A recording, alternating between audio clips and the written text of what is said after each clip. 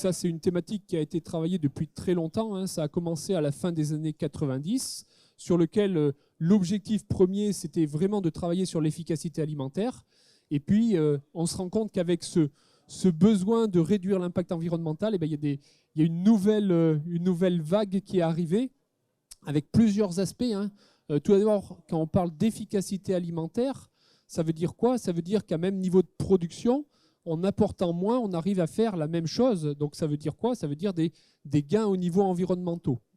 Et puis après, il y a un autre volet, et là c'est plus dans le fonctionnement finalement du produit, qui permet de mieux valoriser les matières premières produites localement, à savoir les fourrages pour l'éleveur, mais aussi des matières premières plus locales, du tourteau de colza, du tourteau de tournesol par rapport à du tourteau de soja.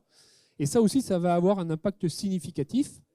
Donc là aussi, j'ai repris l'exemple du correcteur azoté précédent, sur lequel on voit que l'introduction d'une technique Vivactive sur ce correcteur azoté permet une réduction de 26% de gaz à effet de serre en limitant le coût. Donc ça a vraiment ce double avantage-là, de limiter le coût, limiter l'empreinte carbone. Et comment est-ce qu'on arrive à réaliser cette opération? C'est simplement qu'on diminue de 30% la part de matières premières importées.